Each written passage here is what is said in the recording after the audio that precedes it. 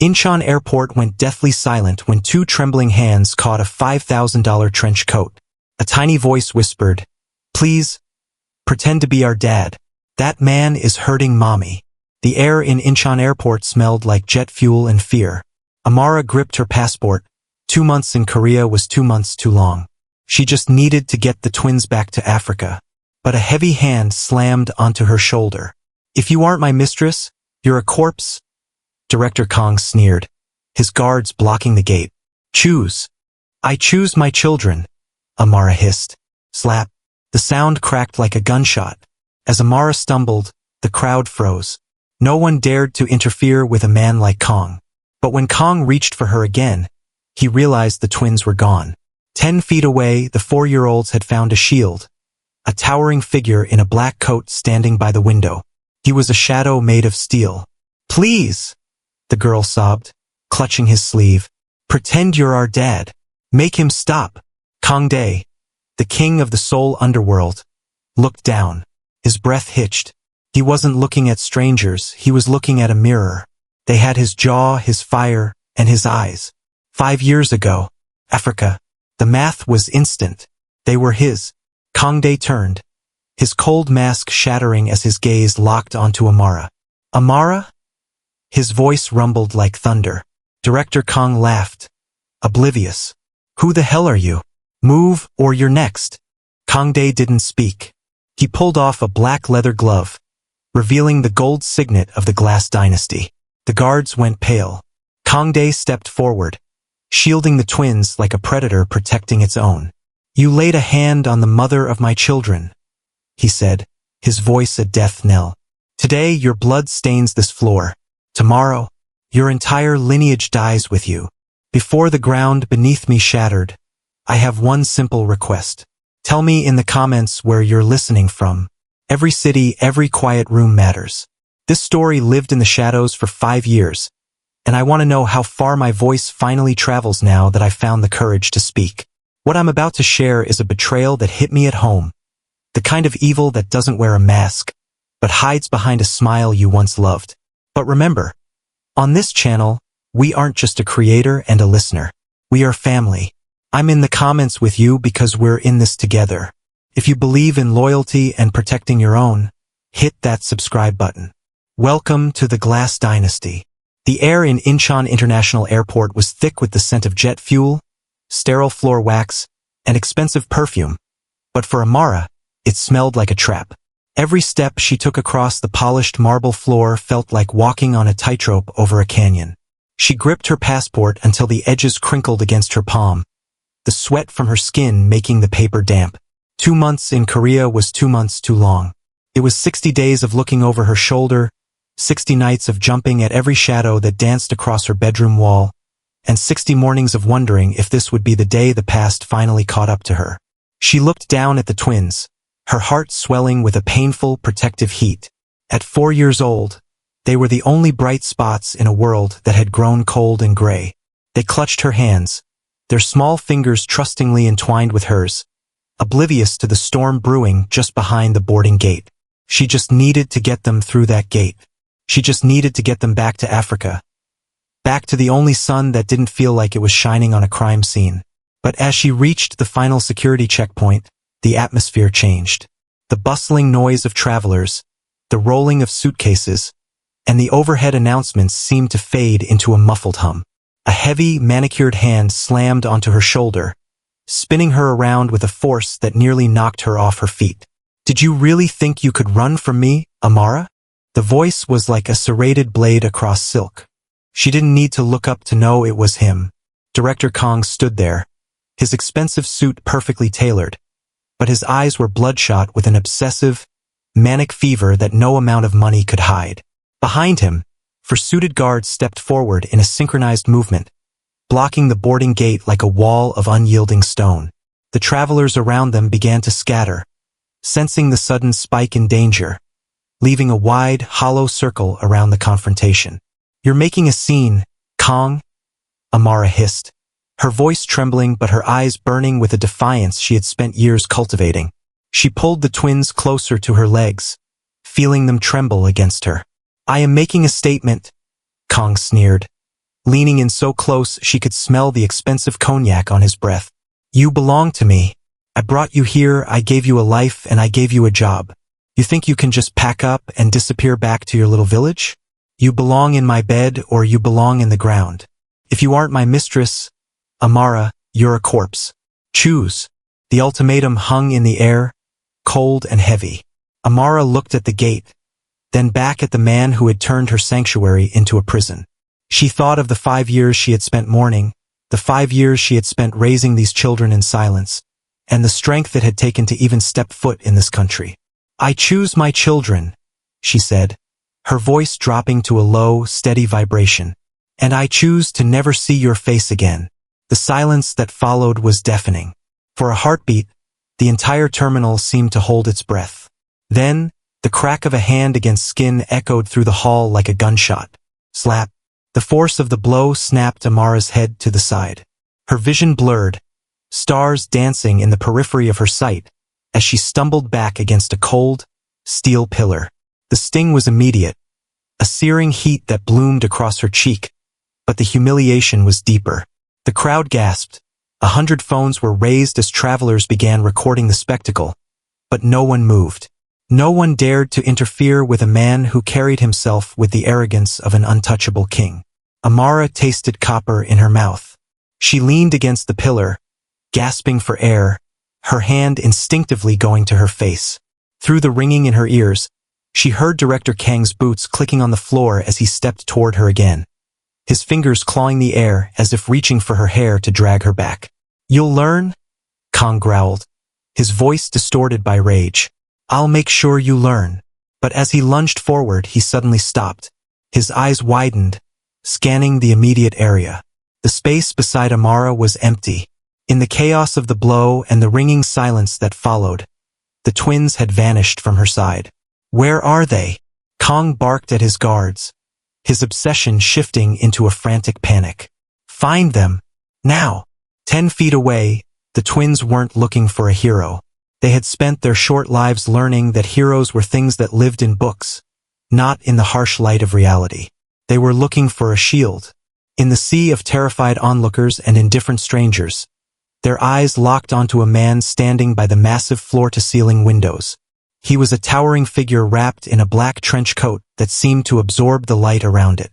He stood perfectly still, watching the sunset bleed over the tarmac, his back to the chaos. There was something about the way he held himself, a stillness that suggested a sleeping volcano. To the twins, he didn't look like a man. He looked like a shadow made of steel. They ran. They didn't look back at the man who had struck their mother. They scrambled across the marble, their small sneakers squeaking, until they reached the man in the black coat. Please! The little girl sobbed, her tiny, trembling hands clutching the heavy, expensive wool of the man's sleeve. The boy gripped the other side, his face buried in the dark fabric. Pretend you're our dad. Please. Make that bad man stop. The man didn't move at first. He remained a statue, his gaze fixed on the horizon. This was Kang Dae, the king of the Seoul underworld, the head of the Glass dynasty. A man whose name was whispered in the corridors of power with equal parts respect and terror. He was a man who had buried his heart 5 years ago in the red dust of Africa, leaving behind the only woman who had ever made him feel human. He had spent half a decade building a fortress of ice around his soul, vowing never to love, never to care, and never to let anyone close enough to hurt him again. But the tug on his coat was a sensation he couldn't ignore. It was a physical pull that reached through the ice. He slowly, deliberately, looked down. His breath hitched in his throat. The world didn't just tilt. It shattered. He wasn't looking at strangers. He was looking at a mirror of his own soul. He saw the same defiant curve of his own jawline, the same stubborn set of the brow, and most of all, he saw the eyes. They were deep, dark, and filled with a fire he thought had died the day he left that dusty road in Africa. He didn't need a DNA test. He didn't need a confession. The math was instantaneous and undeniable. 5 years ago, one night that had haunted every dream he'd had since. These children were his blood. They were his heirs. They were the piece of himself he thought he had lost forever. The ice around Kang Dae's heart didn't just melt. It evaporated into a searing, white-hot rage. He turned around, his movements slow and predatory. His gaze locked onto the scene 10 feet away, onto Amara, who was struggling to stand, her hand pressed to a darkening bruise on her cheek. The cold mask he had worn for 5 years didn't just crack. It disintegrated. "Amara?" he whispered. It wasn't a question. It was a realization that shook the very foundations of his empire. His voice was a low, dangerous rumble that seemed to vibrate through the very floor of the terminal, a sound that made the air grow cold. Director Kong, still blinded by his own pathetic ego, laughed. He didn't see the predator. He only saw a man in an expensive coat. "Who the hell are you? This is my business. Move along, or you're next on the list." Kangdae didn't answer with words. The silence he projected was more terrifying than any scream. He slowly reached up and pulled a black leather glove off his right hand, finger by finger. The movement was calm, almost ritualistic. When the glove was off, he revealed a heavy gold signet ring on his finger, the crest of the Glass Dynasty catching the terminal lights. The guards behind Director Kong saw the ring. Their faces went from stoic to ghostly pale in a heartbeat. They knew that mark. They knew that if that man was here, the rules of the world had just changed. They began to take a half step back, their hands trembling near their holsters. Kangdae stepped forward. He didn't run, he didn't rush. He moved with the terrifying grace of a hunting tiger. With every step, his massive frame seemed to grow, shielding the twins behind him, placing his body between them and the man who had dared to terrify them. He reached Amara in 3 strides. He didn't look at Kong yet. He looked only at her. He saw the red mark on her face, and for the first time in his life, the King of Seoul felt a pain that didn't come from a wound. It was the pain of a father who had missed 1,000 moments, and the rage of a man whose woman had been touched by a coward. He turned his head slightly, his eyes narrowing into slits of pure, lethal intent as they settled on Director Kong. "You laid a hand on the mother of my children," Kangdae said. His voice wasn't loud, but it echoed through the vast terminal like a death knell, carrying a weight that made the surrounding crowd fall into a terrified hush. "Today, your blood stains this floor," he continued, his voice dropping to a whisper that promised nothing but darkness. "And tomorrow, I will spend every waking second erasing your entire name, your entire lineage, and your entire existence from this city. You didn't just slap a woman, Director. You declared war on the only thing I have left to love." The terminal was no longer an airport. It was a battlefield, and the war had just begun. The chaos of Incheon International Airport usually hummed with a predictable, rhythmic energy. The rolling of suitcase wheels, the soft chime of boarding announcements, and the hurried footsteps of travelers chasing horizons. But in a single heartbeat, that rhythm shattered, replaced by the jagged, terrifying sounds of a predator cornering its prey. Amara felt the world tilt as she stumbled against the cold, unyielding surface of a structural pillar. The sting on her cheek was a searing brand, a physical manifestation of the 2 months of psychological torture she had endured under Director Kang's obsessive thumb. Her vision swam, blurred by a mix of physical shock and the sudden, overwhelming realization that her escape had failed just yards from the gate. Director Kong stood over her, his chest heaving with a sick sort of triumph. His expensive tailored suit and polished exterior were nothing more than a thin veil over a rotting interior. He looked down at her not as a woman, but as a possession that had dared to move without his permission. Behind him, his 4 guards stood like statues of malice, their presence ensuring that no good Samaritan in the crowded terminal would dare to step forward. The public nature of the assault didn't bother him. In his mind, his wealth bought him the right to be a monster in broad daylight. "Did you think the world was big enough to hide you from me?" Kang's voice dropped to a low, jagged hiss that crawled over Amara's skin. He reached out, his fingers curling like talons as he aimed for her hair, intending to drag her back toward the exit. "You are mine, Amara. I told you if you aren't in my bed, you're in the ground. Choose again." Amara gasped for air, her lungs burning with the scent of jet fuel and ozone. She scrambled to find her footing, her mind racing not for her own safety, but for the 2 small lives she had brought into this nightmare. But as she reached out to pull them into her protective embrace, her hands found only empty air. A cold dread, sharper and deeper than the pain of the slap, pierced her heart. "Leo? Maya?"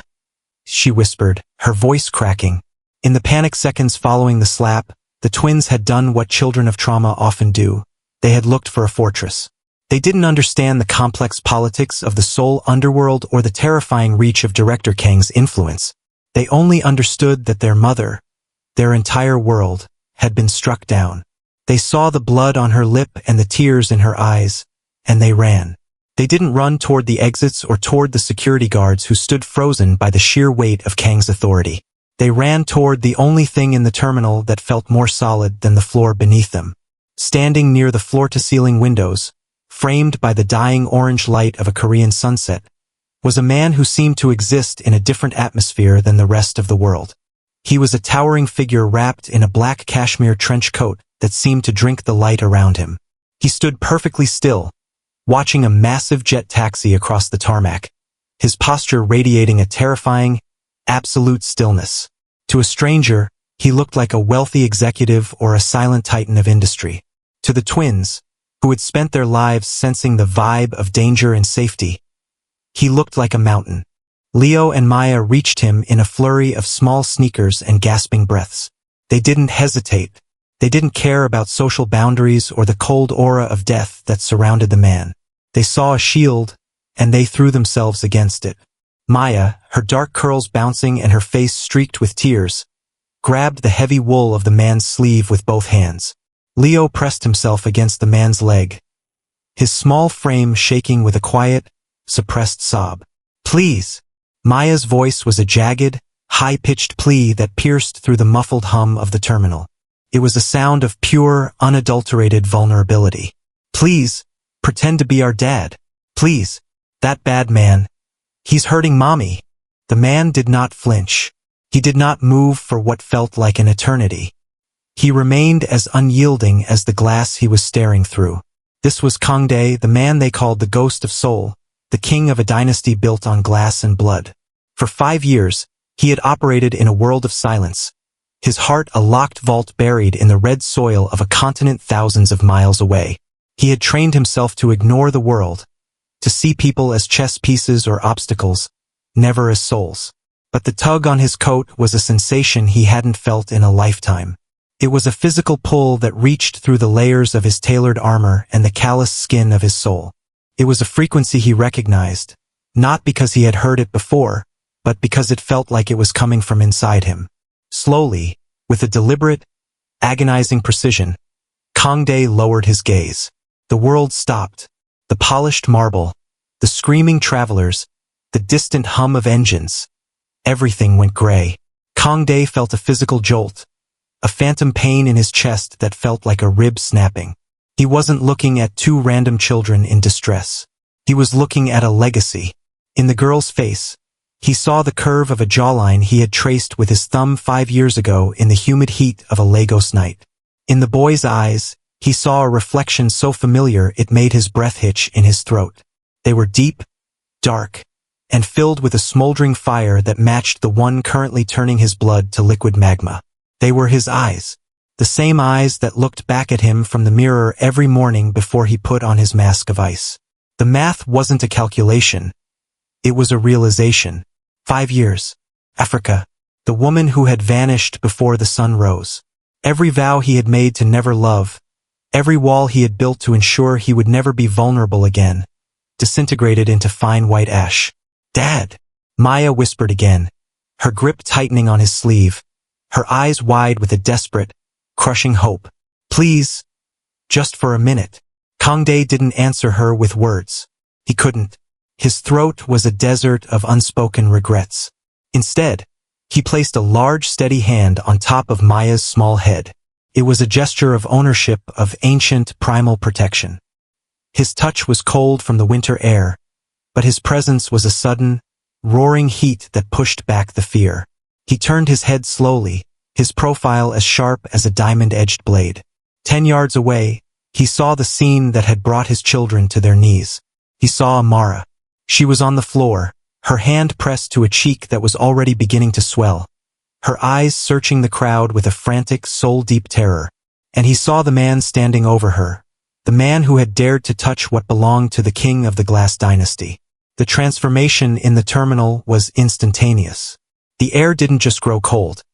It grew heavy, as if the oxygen had been sucked out of the room to fuel the fire starting in Kangdae's chest. The travelers nearby, even those who didn't know who he was, instinctively backed away, driven by a biological instinct to flee from a predator that had just scented blood. Director Kong, oblivious to the fact that he had just signed his own death warrant, was still barking orders at his guards. Find them. How do you lose 2 children in a closed terminal? I want them back here, and I want her in the car. He turned his head, finally spotting the twins. He saw them clinging to a tall man in a black coat. He didn't see a father. He didn't see a king. He only saw an obstacle. Hey, you! Kong shouted, marching toward them with his chin held high, his guards fanning out behind him. Those are my belongings you're holding on to. Hand them over and walk away if you want to keep your hands. Kangdae didn't move. He didn't let go of Maya's head. He simply watched the man approach, his eyes narrowing until they were nothing but dark slits of lethal intent. As Director Kong got closer, he began to slow down. The sheer pressure of Kangdae's gaze began to press against him, a physical weight that made his confident stride falter. He saw the way the man held the children, not with the awkwardness of a stranger playing a part, but with the terrifying authority of a man who would burn a city to the ground before letting go. Did you hear me? Kang's voice was less steady now, the bravado cracking at the edges. I said, give them to me. They asked me to pretend, Kangdae said. His voice was a low, resonant rumble that seemed to vibrate through the very floorboards of the airport. It wasn't loud, but it had the quality of a death knell. It was the sound of a man who hadn't spoken in years because he hadn't found anything worth saying, until now. They asked me to pretend to be their father, Kangdae continued, his gaze never leaving Kang's eyes. But looking at them, I realize I've spent the last 5 years pretending to be a man without a heart. He stepped forward, his massive frame creating a shadow that swallowed Director Kong whole. The twins didn't let go. They moved with him, huddled against his legs like cubs behind a lion. Amara had finally managed to pull herself up. She stood frozen, her hands still on the pillar for support, her breath coming in shallow, ragged hitches. She looked at the back of the man in the trench coat, a silhouette she had tried to erase from her memory every single day for 5 years. She knew that voice.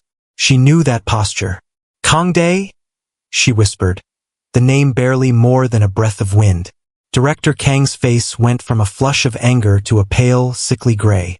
He wasn't a fool. He knew the names of the men who truly ran the streets of Seoul.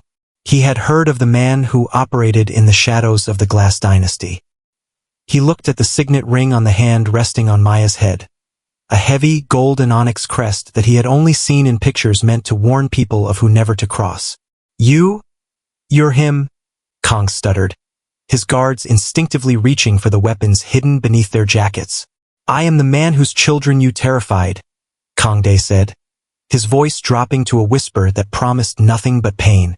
I am the man whose woman you struck. He reached out with his free hand and began to slowly, methodically unbutton his trench coat, his movements fluid and calm. It was the most terrifying thing Director Kong had ever seen. The man wasn't preparing to talk. He wasn't preparing to negotiate. He was preparing to work. I vowed never to love again, Kangdae said, his eyes finally shifting to the bruise on Amara's face. The sight of it made his jaw tighten with a sound like grinding stone. I thought love was a weakness that led to the red dust of a grave. But you have reminded me of what it feels like to have something worth killing for. The terminal fell into a deathly silence. The phones were still recording, but the people holding them were trembling. The guards were sweating, their eyes darting around the terminal as they realized they were trapped in an enclosed space with a man who had nothing left to lose and everything to reclaim. Please, Maya whispered one last time, her voice small and broken. Help us, Daddy. Kangdae looked down at her, and for a fleeting second, the terrifying predator vanished, replaced by a man looking at a miracle he didn't deserve. He gave her a small, solemn nod, a silent promise that the world was about to change. Then he looked back at Director Kong. "The time for pretending is over," Kangdae said. He reached into his coat, not for a weapon, but for a phone.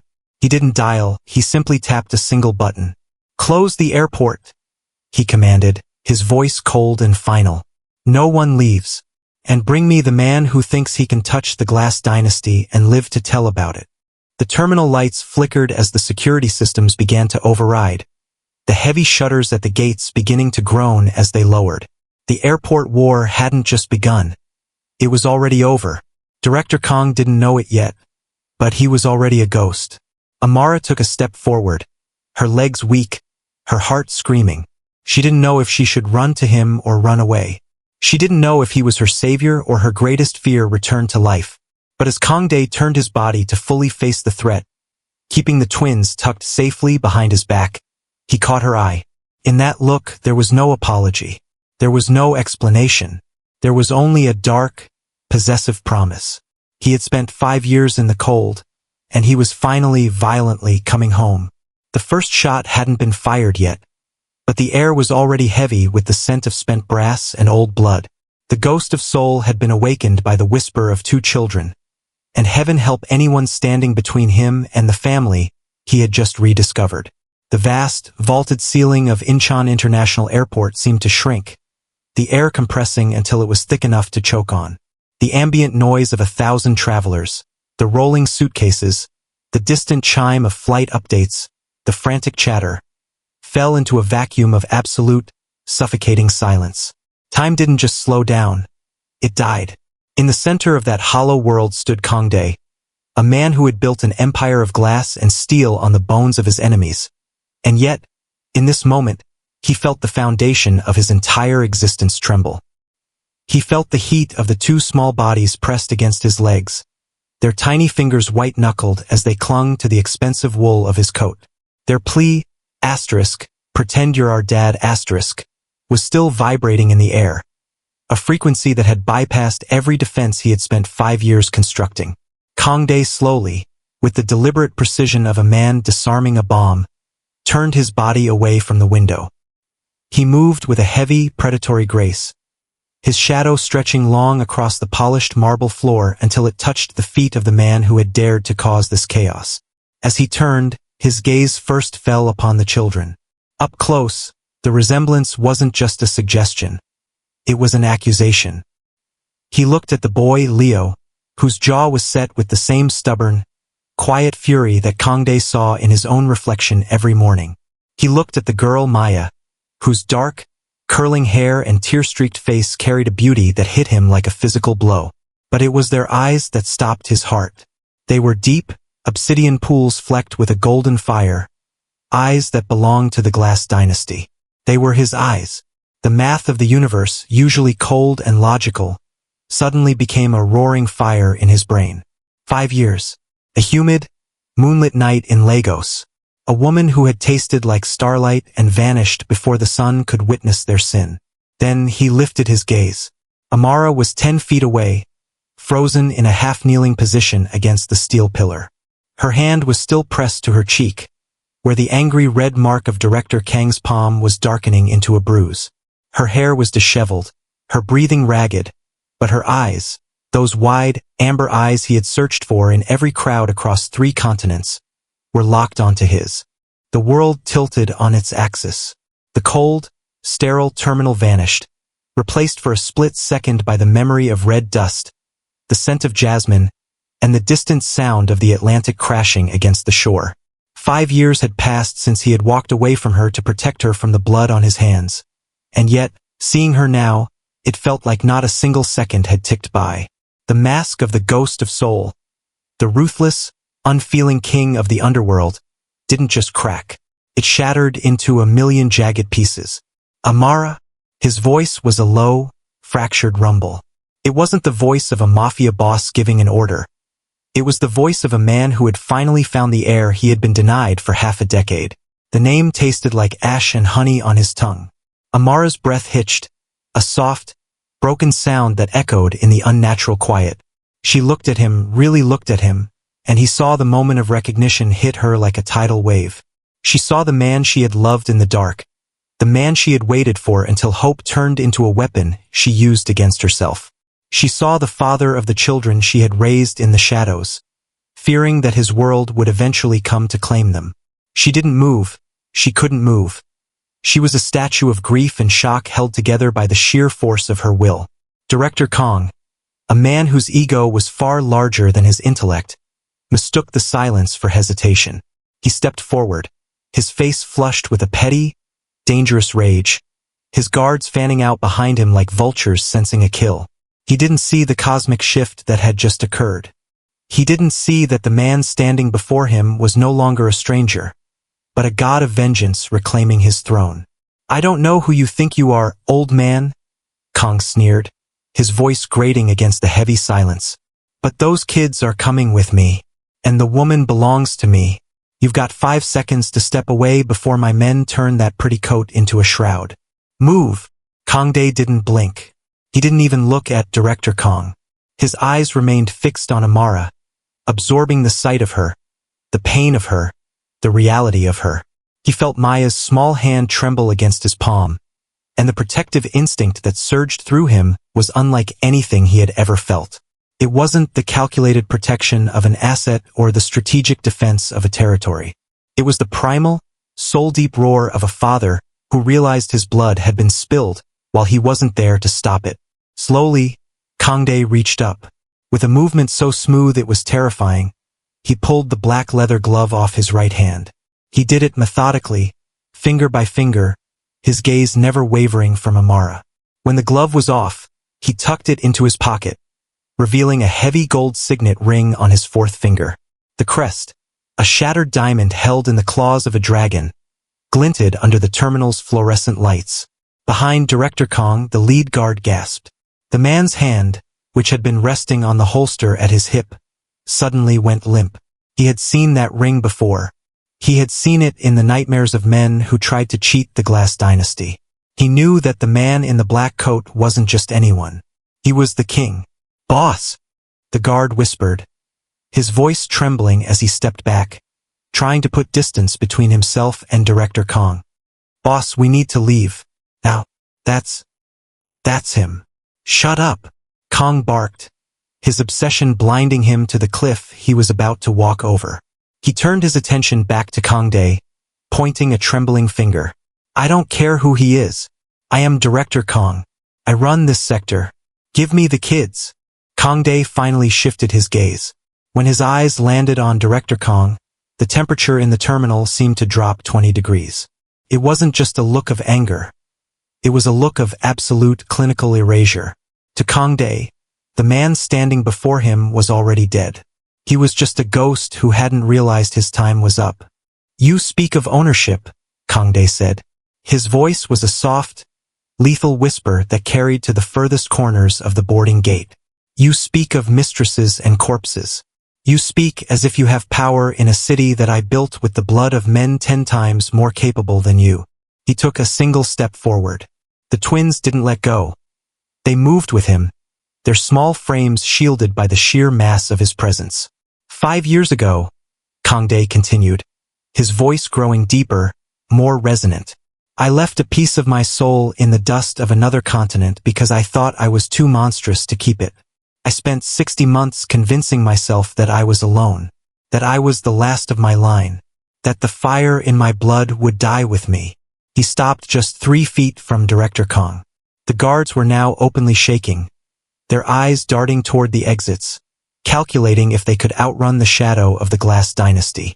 "But then," Kangdae said, looking down at Maya and Leo, "these children found me. They didn't know who I was. They didn't know I was a monster. They only knew they needed a father. And when I looked into their eyes, I saw myself. I saw the eyes of the man I was before the world broke me." He looked back at Director Kong, his expression turning into something truly horrific, a calm, cold smile that didn't reach his eyes. "You struck the mother of my children," Kangdae whispered. "You terrified my heirs. You treated royalty like a common possession." He reached out, his bare hand moving like a viper. Before Director Kong could even blink, Kangdae's fingers were wrapped around the man's throat, lifting him off his feet with a strength that seemed supernatural. The guards drew their weapons, but they were too slow. From the shadows of the terminal, from the crowd of travelers who had been watching in silence, a dozen men in gray suits suddenly appeared, their silenced submachine guns already leveled at Kang's men. "I didn't come here to pretend," Kangdae growled, his face inches from the choking, wide-eyed director. "I came here to take back what is mine." He turned his head slightly, his gaze softening only when it landed on Amara. She was standing now, her legs shaking, her breath hitching as she watched the man she had once loved dismantle her nightmare with a single hand. "Amara," he said, his voice a low, possessive promise. "The war is over. I found you, and this time, I will burn the world to the ground before I let you vanish again." He looked back at the terrified man in his grip. "Close the gate," Kangdae commanded his men, never taking his eyes off the rival boss. "And clear the terminal. I want this man to understand exactly what happens when you touch the family of a king." The airport war was no longer a threat. It was a reality. But amidst the clicking of safeties and the scurrying of terrified bystanders, the only thing that mattered was the silence between a man and a woman who had been separated by a lie, and the two children who had unknowingly brought a god back to earth. Kangdae tightened his grip, his eyes burning with the dark, beautiful fire of a father who had finally come home. The recognition was complete. The king was back, and he wasn't just here to protect, he was here to claim everything. The silence in the terminal was no longer the quiet of a public space. It was the suffocating, pressurized stillness that precedes a lightning strike. Kangdae stood at the epicenter of that stillness, a monolith in charcoal wool, with the weight of two small, trembling lives anchored to his legs. He could feel the rapid, frantic thrumming of the twins' hearts through the fabric of his coat, a rhythm that felt like a direct extension of his own pulse. Across the polished marble, Amara remained frozen, a vision of shattered grace, her eyes wide with a mixture of terror and a haunting, 5-year-old recognition. The bruise on her cheek was deepening into a dark plum, a brand of disrespect that made the air around Kangdae hum with a lethal frequency. Director Kang, bolstered by the 4 armed men at his back and the ignorance of a man who had never truly tasted the steel of a superior predator, let out a sharp, jagged bark of laughter. The sound was offensive, a jagged tear in the sacred gravity of the moment. He adjusted his silk tie, his chest puffing out with the hollow bravado of a mid-level tyrant who mistook his political connections for absolute power. He looked at Kangdae, the man whose face was rarely photographed, whose name was whispered like a curse in the high-rises of Gangnam, and saw only a stranger interfering in his private business. "Do you have any idea who I am?" Director Kang sneered, his voice echoing off the vaulted glass ceilings of Incheon. "You're standing in my terminal, holding my property, and acting like a hero in a cheap drama. I don't care what kind of suit you're wearing or how tall you stand. In this city, I am the law. Those children are coming with me, and that woman is going back to the cage I built for her. Step aside, old man, before my guards make sure you never walk again." Kangdae didn't flinch. He didn't even acknowledge the threat. His focus was entirely on the man's eyes, searching for a flicker of the soul he was about to extinguish. Slowly, with a deliberate, agonizing precision that made the surrounding guards shift their weight in panic, Kangdae reached up to his right hand. He caught the hem of his black leather glove. He pulled it off finger by finger, a ritualistic shedding of his civilized mask. The sound of the leather sliding against his skin was the only noise in the terminal. When his hand was bare, the heavy gold signet ring of the Glass Dynasty glinted like a predatory eye under the fluorescent lights. "Property," Kangdae whispered. The word was a low, guttural vibration that seemed to pull the oxygen out of the room. "You speak of a woman who carries the fire of a continent in her spirit as if she were a trinket. You speak of my blood as if they were pawns in your pathetic game." He reached into the inner lining of his trench coat. His hand emerged holding a gold-plated weapon, a custom-weighted masterpiece that had ended the lives of kings and traitors alike. It wasn't a tool of defense. It was an instrument of execution. He didn't point it yet. He simply held it at his side, the metal catching the dying orange light of the sunset streaming through the windows. Director Kang's smirk faltered for a fraction of a second as he recognized the craftsmanship of the firearm, but his ego was a blinding veil. A gold gun? You think jewelry frightens me? My men have high-capacity submachine guns under their jackets. You're outnumbered and outgunned. Give me the twins, and maybe I'll let you die quickly. Kang Dae took a single step forward. The twins moved with him, huddled against his shins, instinctively knowing that the shadow he cast was the safest place on earth. Behind him, the travelers who had been sitting at the nearby gate suddenly stood up in perfect unison. They weren't tourists or businessmen. They were the elite vanguard of the Glass Dynasty, men who had been blending into the background, waiting for the king to drop the glove. The click of 20 safeties being disengaged echoed through the hall like a singular, metallic heartbeat. Outnumbered? Kang Dae asked, his voice dropping to a register that made the glass windows rattle in their frames. He looked past Director Kong, his eyes locking onto Amara for a fleeting second, promising her a vengeance that would be sung about for generations. You have spent 2 months hunting a woman who was never yours. You have spent 60 days thinking you were the hunter, never realizing you were walking through the territory of a god who was simply waiting for a reason to wake up. He raised the gold weapon, the barrel leveling perfectly with the bridge of Director Kang's nose. The director's guards froze, their hands hovering over their holsters, paralyzed by the sheer, crushing weight of Kang Dae's intent. They knew that if they moved, they wouldn't just die, they would be erased. You laid a hand on the mother of my children, Kang Dae said, each word falling like a hammer onto an anvil. You struck the only woman who ever made me believe I was more than a monster. You terrified my heirs and tried to steal the future of the Glass Dynasty. He leaned in, his face a mask of cold, beautiful fury, his breath ghosting over the director's terrified features. Today, your blood stains this floor, Kang Dae declared, his voice a death knell that filled every corner of the airport. But I will not stop there.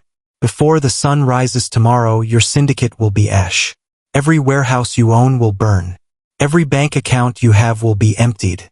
Every man who carries your name will be hunted until there is nothing left but the memory of your failure. You can't.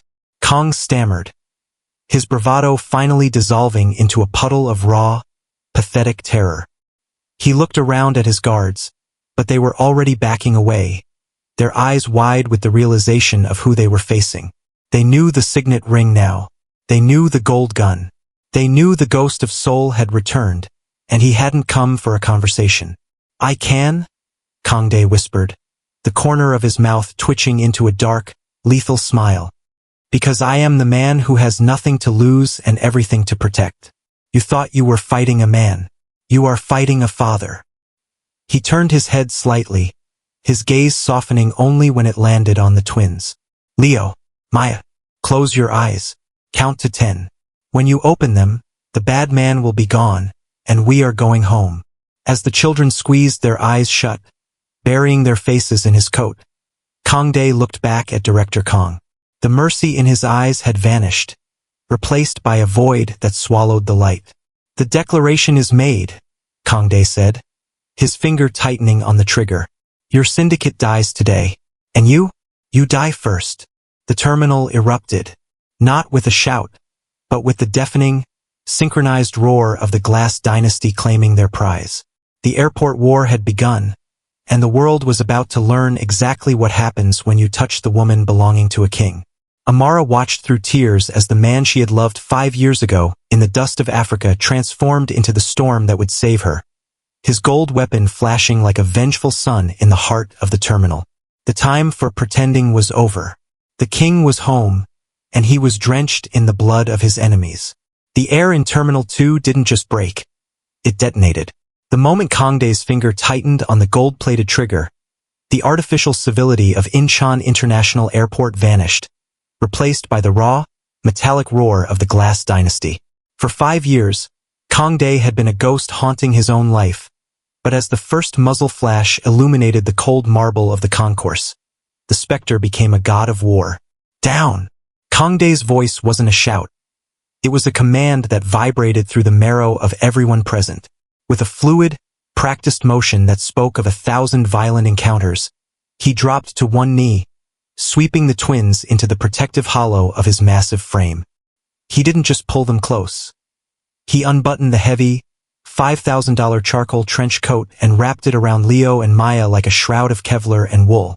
He pressed their small, tear-streaked faces against his chest, his large hand cupping the back of Maya's head, forcing her to look away from the carnage.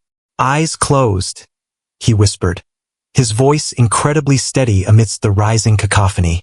"Count to 10 little stars. Do not open them until the world is quiet again." Above them, the ceiling of the terminal seemed to rain glass. Director Kong had barely begun to scream when the travelers, at the nearby gates, shed their disguises. The businessmen dropped their briefcases to reveal suppressed submachine guns. The tourists in loud shirts discarded their cameras for tactical pistols. They were the elite vanguard, the silent shadows who had followed their king from the dark corners of Seoul to this very gate.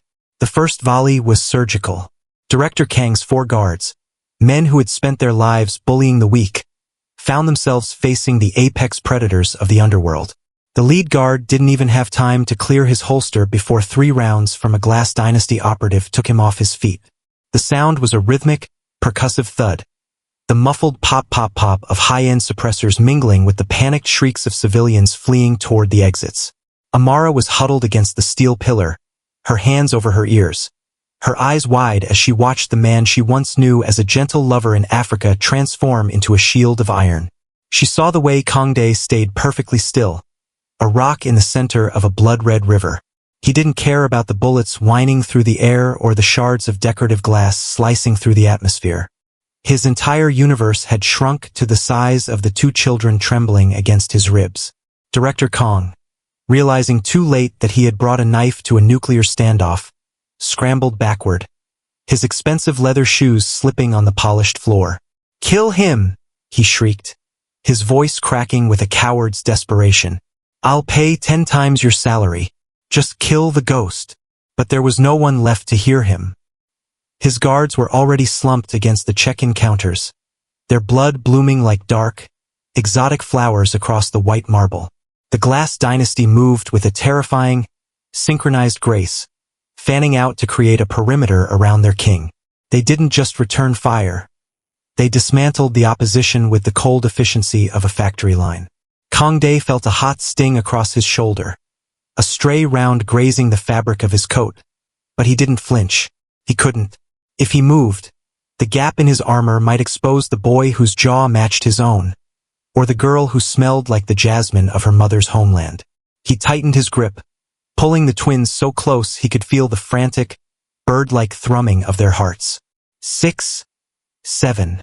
Leo's voice was a tiny, muffled vibration against Kangdae's ribs. The boy was counting. Even in the face of death, the child was following the king's order. A surge of pride, fierce and painful, tore through Kangdae's chest. This was his blood. This was the legacy he had unknowingly left in the dust of Africa, and by all the gods of his ancestors, he would burn this airport to the ground before he let a single hair on their heads be harmed. He raised his gold-plated weapon, his arm as steady as a statue's. He didn't look through the sights. He looked through the memory of the slap that had bruised Amara's face. He saw Director Kong trying to crawl behind a luggage cart, his face a mask of snot and terror. Kangdae squeezed the trigger. The gold weapon bucked in his hand, a beautiful, lethal kick. The round struck the luggage cart's wheel, sending the metal spinning and pinning Kang's leg beneath it. The director's scream was lost in the final, decisive roar of the gunfight. It lasted less than 60 seconds. In the world of high-stakes violence, a minute is an eternity, but when the Glass Dynasty strikes, the end is always abrupt. The muffled gunfire died down, replaced by the hissing of a broken fire sprinkler and the distant, fading echoes of retreating footsteps. The terminal was suddenly eerily quiet, save for the rhythmic sobbing of a few distant travelers and the steady drip of water from the ceiling. Kangdae didn't move immediately. He waited, his ears tuned to the sound of his men moving in the shadows, checking bodies, securing the exits. Only when he heard the rhythmic 3-tap on a nearby metal pillar, the signal that the area was sterilized, did he allow his muscles to relax. He slowly loosened his grip on the twins, but he kept his coat draped over their heads, refusing to let them see the wreckage of the terminal or the still forms on the floor. "Stay under the coat, little stars," he murmured, his voice cracking for the first time. "The bad man is sleeping now." He looked up, his gaze searching through the haze of smoke and pulverized drywall until it found Amara. She was still pressed against the pillar, her breath coming in ragged, white plumes of shock. She looked at the blood on his shoulder, then at the children hidden beneath his coat, and finally at him. The airport war had been a slaughter, a declaration of total dominance, but the look they exchanged was the true battlefield. In her eyes, he saw the question that would define the rest of their lives. "What have you become?" And in his eyes, there was only the dark, possessive answer. "Whatever I had to be to find you." Kang Dae stood up, his height dwarfing the chaos around him. He didn't look at Director Kong, who was whimpering under the luggage cart, his leg shattered, his empire already dust. He didn't look at his men, who were already beginning the cleanup that would ensure no security footage of this event survived the hour. He walked toward Amara, the twins still huddled under his coat like a moving fortress. With every step, the king of Seoul moved further away from the ghost he had been and closer to the father he was meant to be. "Amara," he said, reaching out a hand that was still warm from the heat of his weapon. "The gate is closed. There is nowhere left to run." He wasn't just offering her safety. He was reclaiming his throne. And as the sirens began to wail in the distance, Kang Dae knew that this wasn't the end of the story. It was simply the moment the Glass Dynasty stopped being a business and started being a family, one built on the bones of anyone who dared to stand in their way. The air inside the private island fortress didn't smell of jet fuel or sterile terminal wax. It smelled of salt spray, expensive cedar, and the suffocating electricity of a storm that had been brewing for 5 long years. Outside the floor-to-ceiling reinforced glass, the East Sea crashed against jagged black rocks, a rhythmic, violent percussion that filled the silence of the room. Kang Dae stood by the fireplace, the orange glow of the embers dancing off the sharp lines of his jaw. He had discarded the blood-stained trench coat, now standing in a charcoal silk shirt with the sleeves rolled up, revealing the corded muscle of forearms that had just dismantled a syndicate's extraction team. In the adjacent wing of the fortress, the twins were finally asleep, tucked into oversized velvet beds guarded by 4 of the Glass Dynasty's most lethal shadows. But here, in the heart of the sanctuary, there was no peace. Amara sat on the edge of a leather sofa, her frame looking agonizingly small against the vastness of the room. She had cleaned the blood from her lip, but the bruise on her cheek had bloomed into a deep, regal purple. A constant, stinging reminder of why they were here. Kang Dae didn't move for a long time. He simply watched the fire, his mind replaying the moment in the airport over and over again.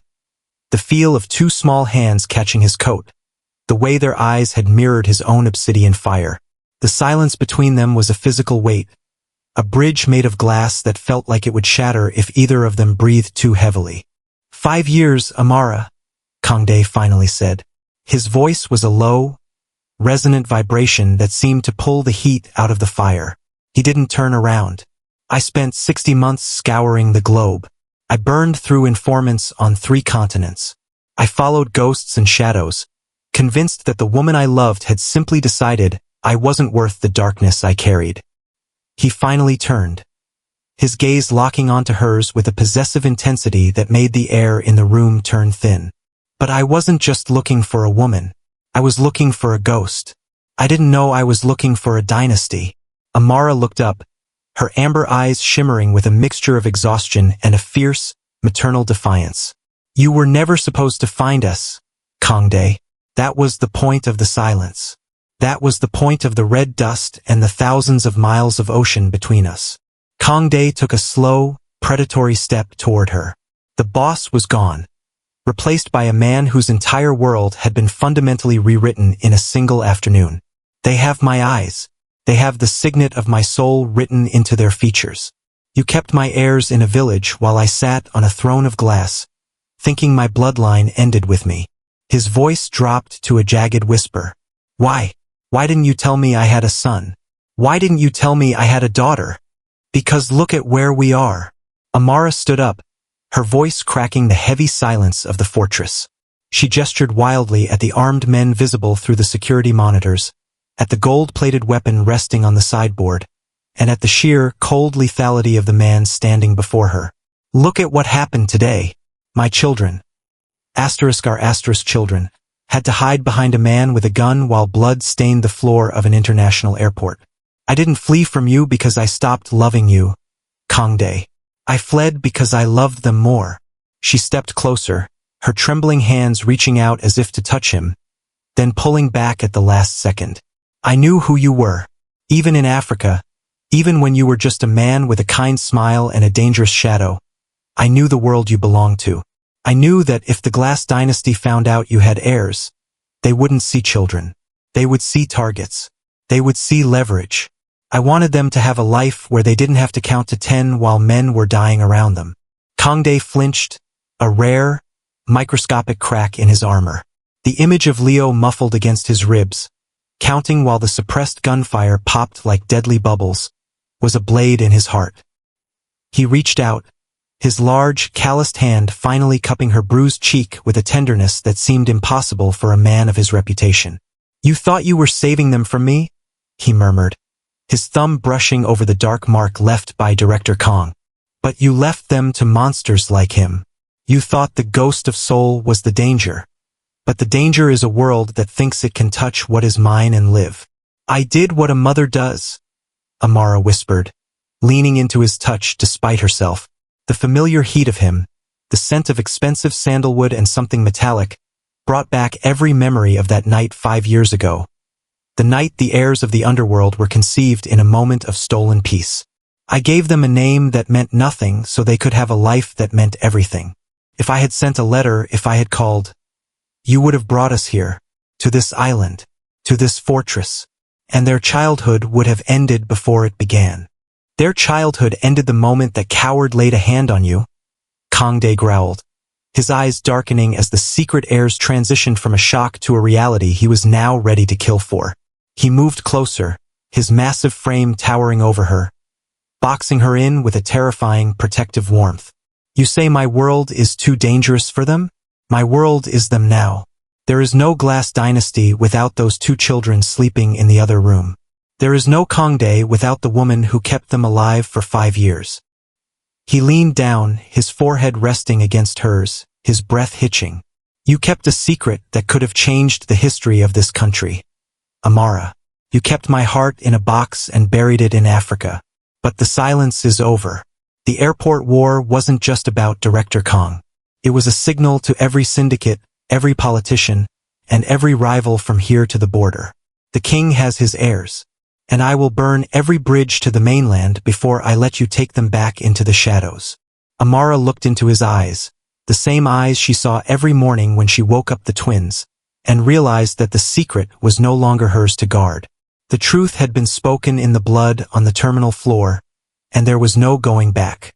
She had spent 5 years running from the danger of his love, only to find that in his world, his love was the only thing that could keep them alive.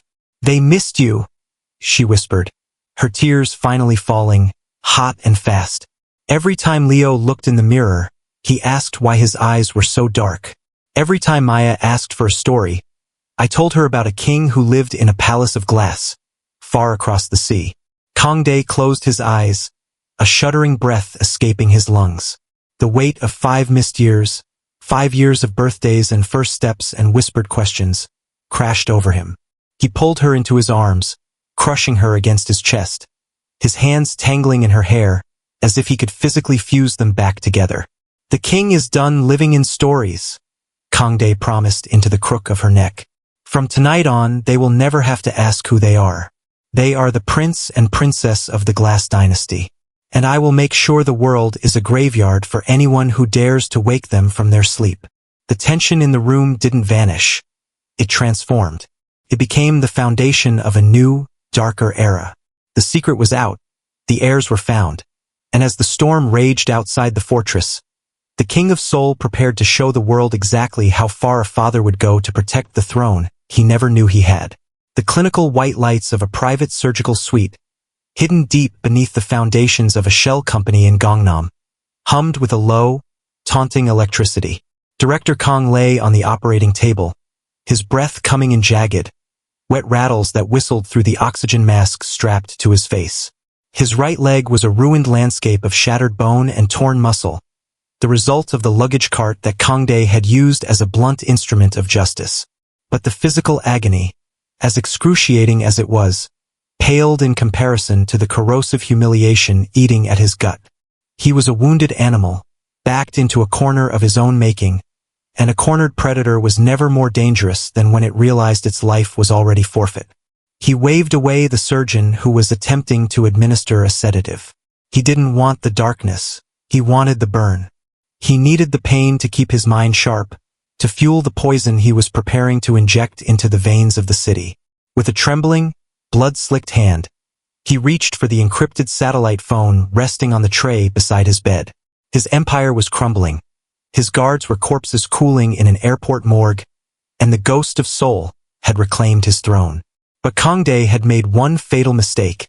He had stepped out of the shadows. He had shown the world a face, a family, and a weakness. "Get me the minister," Kang wheezed, the glass of the oxygen mask fogging with every desperate word. "And the head of the National Police Agency. Tell them the puppets need to dance, or I start cutting the strings on their offshore accounts." As the surgeons worked to save his limb, Director Kong began to weave a narrative of lies that would turn the entire country into a cage for the Glass Dynasty. He didn't need bullets anymore, he needed optics. In the digital age, a scandal was more lethal than a gold-plated weapon. By the time the sun began to peek over the jagged horizon of the East Sea, the machinery of the state, the puppets Kong had spent a decade buying and blackmailing, began to turn. The first strike didn't happen with a flashbang or a breach. It happened on the glowing screens of 50 million smartphones. At the private island's safe house, the peace of the morning was shattered not by gunfire, but by the frantic ringing of the high-security comms array.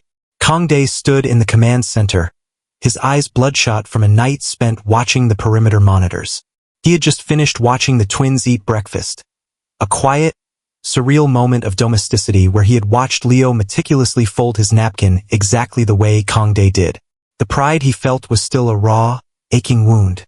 Boss, his lead lieutenant, a man named Han who had been with the dynasty since its inception, stepped forward. His face was a mask of grim professionalism, but his hands were tight at his sides. "We have a situation. It's not tactical. It's political." He tapped a command into the main console, and the wall-sized monitors flickered to life, displaying every major news outlet in Korea. The headlines were screaming in bold, red characters. National emergency. Heir to the Kong corporate empire kidnapped by syndicate leader. Below the headline was a grainier, edited version of the airport security footage. It was a masterpiece of manipulation. The clip began not with Director Kang's slap, but with the moment the twins ran to Kang Dae. To the uninformed eye, it looked like a calculated abduction. The video showed Kang Dae shielding them, pulling them into his coat, and then his men emerging from the shadows to open fire on innocent security personnel. The slap, the threats, and the desperation in Amara's eyes had been digitally scrubbed or obscured by breaking news banners. "They're framing you, boss," Han whispered. "The Ministry of Justice has issued an emergency warrant. They aren't calling it a gang war. They're calling it a kidnapping and human trafficking case. They've characterized Amara as an accomplice under duress and the children as victims of a high-profile abduction." Kang Dae watched the screen, his jaw tightening until the bone felt like it would snap. He watched a human rights expert on a talk show weep over the trauma the children must be experiencing at the hands of the notorious ghost of Seoul. But the final blow came a moment later. "The National Police Agency has placed a bounty," Han continued, his voice dropping an octave. 10 billion won for information leading to the rescue of the children. Dead or alive for the kidnapper. They've turned the entire public into a bounty hunting force. We can't move an inch of cargo or a single car without someone calling the tip line. The screen shifted to a live press conference. Director Kong himself appeared, his face pale and bandaged, looking like a tragic victim of a brutal assault. He sat in a wheelchair, a blanket over his legs, clutching a photo of the twins that he must have stolen from Amara's belongings. Kangdae let out a low, terrifying sound, halfway between a laugh and a snarl. The wounded animal had used its last ounce of strength to poison the well. By framing the biological father as a kidnapper, Director Kong had effectively turned the law against the one man who lived outside of it. Amara entered the room, her face pale as she caught sight of the monitors.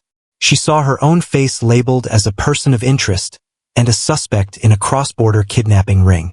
She saw her children, the heirs she had sacrificed everything to protect, being used as political props for a man who had tried to kill her. "He's turned the world against us," she whispered, leaning against the doorframe for support. "Kangdae, they're calling for the police to storm the island. They're saying you're a monster." Kangdae turned away from the screens, his gaze landing on the gold signet ring on his finger. The weight of it felt heavier than ever. He had spent his life being the monster in the dark, the one people feared but never saw. Now, the dark was gone, and he was being hunted in the blinding light of public opinion. "He wants a war of perception," Kangdae said, his voice cold and flat. "He thinks that by putting a bounty on my head and a target on my family, I will fold. He thinks the puppets in the government can scare a man who has already been through hell." He walked over to Amara, taking her hands in his. They were ice cold. "He forgot one thing, Amara. A king doesn't care what the peasants think of him. He only cares about the borders of his kingdom." He turned back to Han. "Tell the men to double the perimeter. I want the jamming frequencies set to maximum. No satellite can see this island, and no signal leaves it unless it's ours. If the police want to rescue my children, they will have to cross an ocean of blood to do it." "But the bounty, boss," Han cautioned. "Even our own low-level associates might be tempted. 10 billion won is enough to buy a new life." "Then let them try," Kangdae growled, reaching for his weapon on the sideboard. "Let the world see the monster they're so afraid of. If they want to call me a kidnapper, fine. I will be the kidnapper who burns the hand of anyone who reaches for my blood." The tension in the safe house, which had briefly softened into the beginning of a family reunion, snapped back into a rigid, tactical posture. The wounded animal had succeeded in one thing. He had ensured that there was no longer a path back to a normal life. The Glass Dynasty was no longer just a syndicate. It was a fortress under siege by its own country. As the news cycle continued to churn out lies, Kangdae looked out at the churning gray waves of the East Sea. He could feel the eyes of the nation on him, the invisible weight of $1 billion price tag on his life. But he also felt the warmth of the twins' laughter coming from the hallway, a sound that made the lies on the screen irrelevant. Director Kong wanted a public execution. He wanted the world to watch the ghost of Seoul fall. But he had forgotten that a ghost cannot be killed, and a father who has just found his children will rip the stars from the sky before he lets them go. The declaration of war had been made in the airport, but this was different. This was the beginning of the end. "The puppets think they're in control," Kangdae whispered, his reflection in the glass looking back at him with a fire that eclipsed the morning sun. "But I'm about to show them who really holds the strings." The salt-laden air of the private island fortress had turned from a sanctuary into a pressurized chamber. Inside the command center, the blue light of a dozen monitors reflected off Kangdae's face as he coordinated a counterstrike against the political puppets in Seoul. He was a man built for the shadows of a street war, his mind a chessboard of logistics, ammunition counts, and dark web financial maneuvers. But while the king of the Glass Dynasty looked outward at the encroaching storm of the national police and the 10 billion won bounty, Amara was looking inward. She was a mother who had spent 5 years in the silent tall grass of survival, and her instincts were tuned to a frequency that tactical radar could never catch. The fortress was a masterpiece of modern security, a labyrinth of reinforced concrete and encrypted biometric locks, but Amara felt a shiver that had nothing to do with the ocean breeze. She stood in the long, shadow-drenched hallway leading to the twins' wing, her hand resting on the cool stone wall. Kangdae's men, the elite vanguard, moved through the corridors with silent, lethal efficiency, their gray suits blending into the gloom. They were the best money could buy, loyal to the signet ring on Kangdae's finger. But Amara knew that loyalty was a fragile thing when weighed against a bounty that could buy a man a new life in a sun-drenched paradise. She had been watching the security feeds from a small tablet Kangdae had given her, not for the movements of the police, but for the micro-expressions of the men inside. She noticed a glitch. It wasn't in the software, but in the human element. A guard named Park, a man who had been at the perimeter during the airport shootout, had checked his encrypted comms unit 3 times in the last hour. Each time, he had stood in a dead zone, behind the kitchen's industrial refrigeration unit, a place where the internal audio sensors were dampened by the hum of the compressors. Amara didn't go to Kangdae. She knew he was currently on a secure line with a corrupt senator, his voice a low, threatening growl that demanded the media narrative be flipped. If she told him, he would send a squad to execute Park, and the wounded animal director Kong would immediately know his bridge was burned. No, the mother in her knew that a rat caught in a trap was only useful if it didn't know the cage was closing. She moved through the kitchen, her footsteps light, her breathing steady. She had discarded her silk dress for a pair of dark tactical trousers and a fitted black hoodie she'd found in the armory. She looked less like a victim and more like the woman who had survived the unforgiving dust of Africa. She found Park near the service entrance, his back to the room, his thumb hovering over a localized signal booster. "It's a beautiful view, isn't it?" Amara's voice was like silk stretched over a razor blade. Park spun around, his hand instinctively flying to the holster at his hip. When he saw it was only Amara, the woman the news was calling a person of interest, his posture relaxed into a condescending sort of ease. He thought he was looking at a civilian, a prize to be managed. "Ma'am, you shouldn't be here," Park said, his eyes darting toward the hallway. "The boss wants you in the safe room with the children. The police are mobilizing." "The police are a distraction," Amara said, stepping into the dim light of the service corridor. She held a tray of tea, her hands steady despite the adrenaline roaring in her ears. "And so is the bounty. 10 billion won is a lot of money, Park. It's enough to make a man forget who he serves. It's enough to make him send a localized burst signal to a rival syndicate, telling them exactly which window in the nursery isn't reinforced against a thermal charge." The air in the corridor turned to ice. Park's hand froze on his belt. The mask of the loyal guard dissolved, replaced by the jagged, panicked stare of a traitor. "I don't know what you're talking about. You're stressed, Amara. Let me take you back to. I saw the signal burst on the tablet, Park. I grew up in a world where you either smell the predator or you become the meal." She set the tray down on a steel prep table. "You told Director Kong that the twins sleep in the north wing. You told him the jamming frequencies have a 3-second reset window every hour. You're the reason a private mercenary chopper is currently flying low over the waves, under the radar, heading for this island." Park didn't wait for her to finish. He lunged, his hand finally clearing his holster, the black metal of his sidearm gleaming. But he had spent too much time looking at Amara as a mistress and not enough time as a survivor. She didn't scream. She didn't recoil. As he lunged, Amara swung the heavy silver tea tray with a violent, horizontal force. The edge caught him across the temple with a sickening crack. He stumbled, the gun clattering to the floor. Before he could recover, Amara was on him. She didn't use a weapon. She used the environment. She drove her knee into his solar plexus, doubling him over, then grabbed his head and slammed it into the stainless steel corner of the refrigeration unit. He collapsed into a heap, gasping for air, blood pouring from a jagged cut on his forehead. Amara scooped up his dropped pistol, the weight of it familiar and cold in her hand. She didn't point it at his heart. She pointed it at his knee. "The children are sleeping," she whispered, her voice a terrifying contrast to the violence she had just unleashed. "If you make a sound, I will ensure you never walk again before I turn you over to Kangdae. And believe me, Park, what I will do to you is mercy compared to what he will do once he finds out you risked his heirs. Please."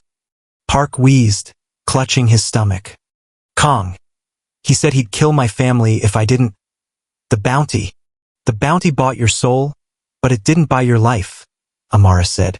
She reached into his pocket and pulled out the signal booster. It was glowing red, indicating a successful uplink. The mercenaries were coming. She had minutes, perhaps seconds. She used a set of heavy-duty zip ties from a nearby maintenance shelf to bind Park's hands and feet to the heavy copper piping behind the fridge. She gagged him with a dish towel, her movements clinical and cold. She wasn't waiting for Kangdae's war. She was a mother, and the mother's trap was already set. She took Park's comms unit and keyed into the internal channel. Han, this is Amara. I'm in the service corridor. I have the traitor. He's been signaling a mercenary team. They're coming from the north, low over the water. Tell Kangdae the war isn't in the streets of Seoul. It's in the backyard. On the other end of the line, there was a stunned silence, followed by the sound of Kangdae's voice, raw and filled with a terrifying pride. Amara, are you safe? The twins are safe because I am their mother, she replied, looking down at the broken man at her feet. But you need to move. Now. The fortress erupted into a different kind of chaos. Not the panic of the blindsided, but the organized fury of a king who had been given the location of his enemy. Outside, the low thrum of a stealth helicopter began to vibrate through the floorboards. Amara didn't run to the safe room. She stayed in the hallway, the pistol held in a perfect two-handed grip, her eyes fixed on the north windows. She knew Kangdae was moving, his gold-plated weapon drawn, his men fanning out to meet the invaders. But she also knew that Director Kang had underestimated her one last time. He thought he was fighting a mafia boss for control of a city. He didn't realize he was fighting a woman who had already died 1,000 deaths to keep her children breathing. Today, Amara whispered to the shadows of the hallway as the first mercenary shattered the north glass. No one touches my family. As the gunfire began to pop outside, a rhythmic, muffled sound against the crashing waves, Amara stood her ground. She was the shield Kangdae had provided, but she was also the sword he hadn't expected. The mother's trap had closed, and as the Glass dynasty rose to meet the breach, the island's safe house became a graveyard for anyone who mistook a mother's silence for weakness. Kangdae rounded the corner a moment later, his shirt stained with the soot of a flashbang, his eyes searching for her.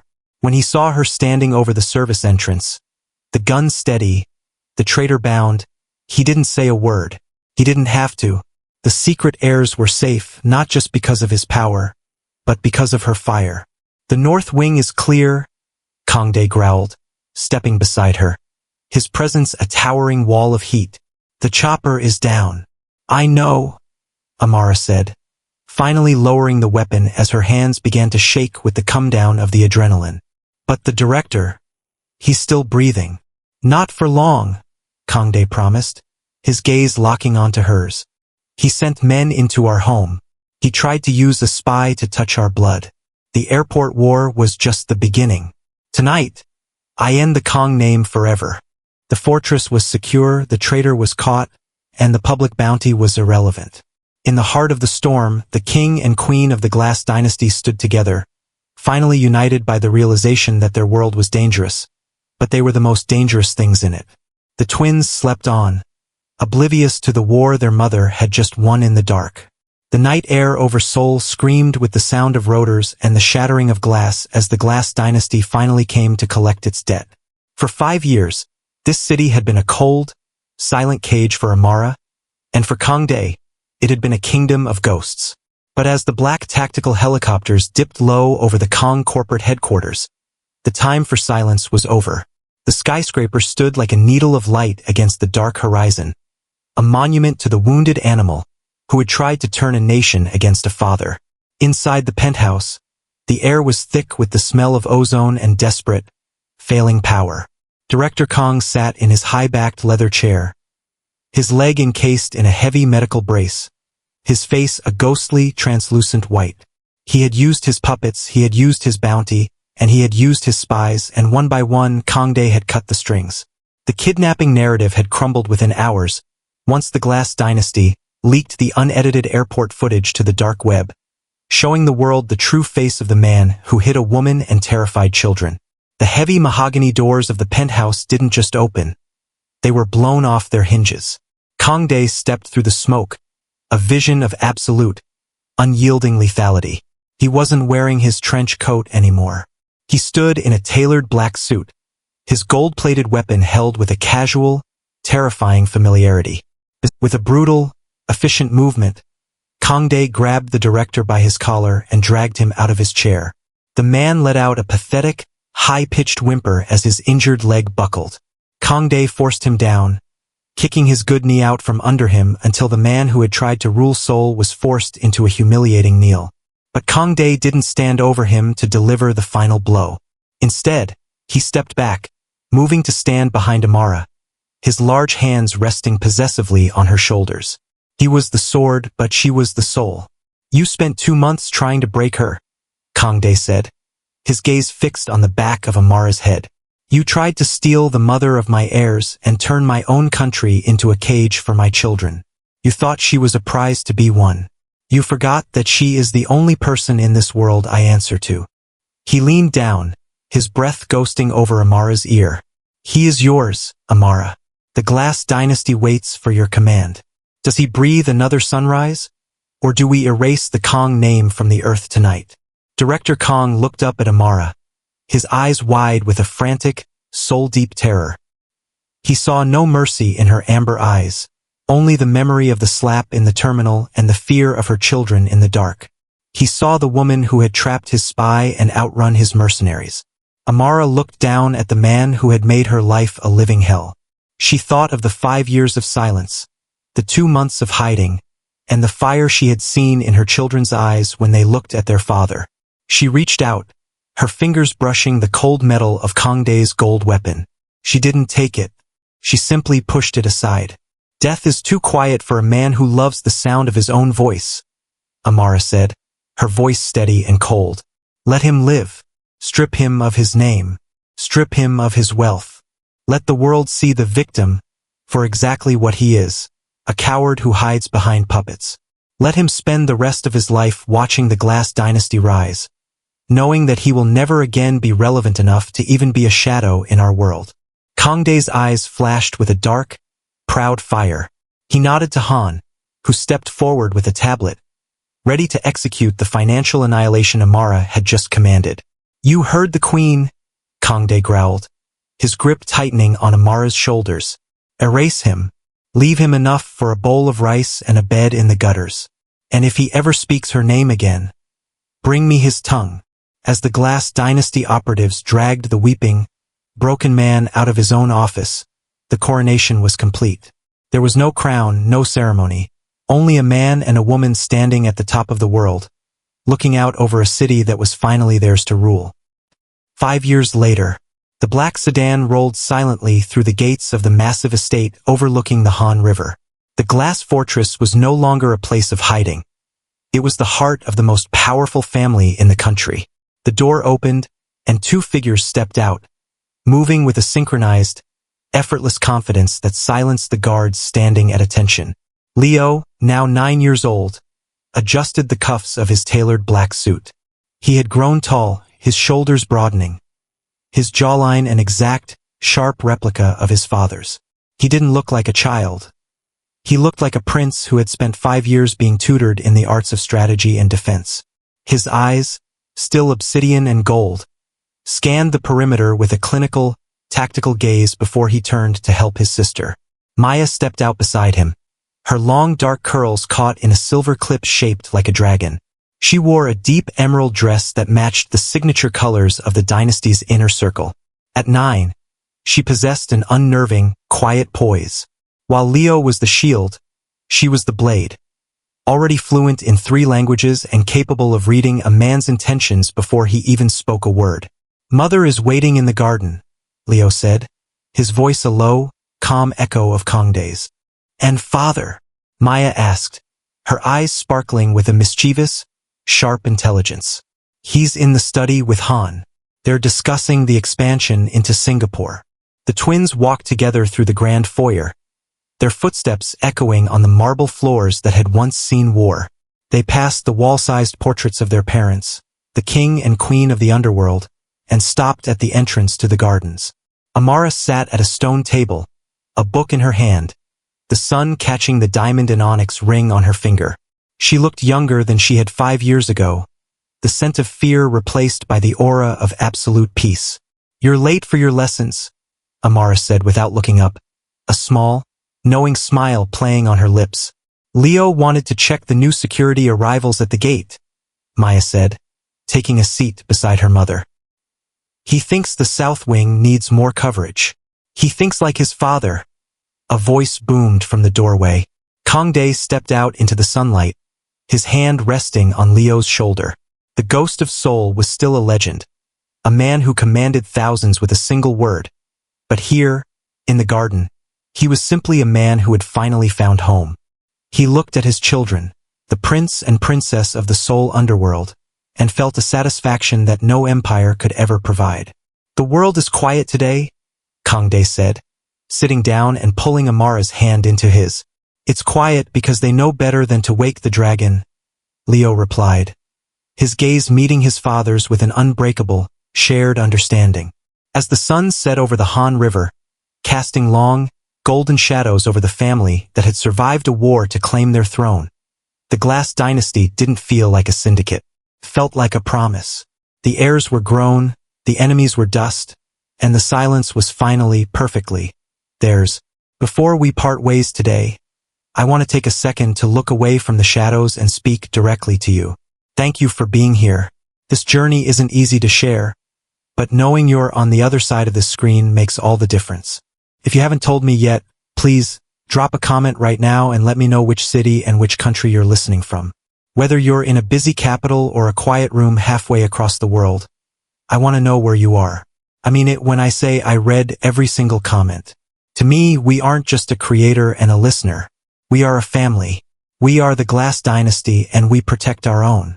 If the story moved you, please remember to hit that like button, subscribe, and share this video with someone who needs to hear it. Every share helps this family grow and keeps our voice from being silenced. Stay safe, stay loyal, and I'll see you in the next chapter.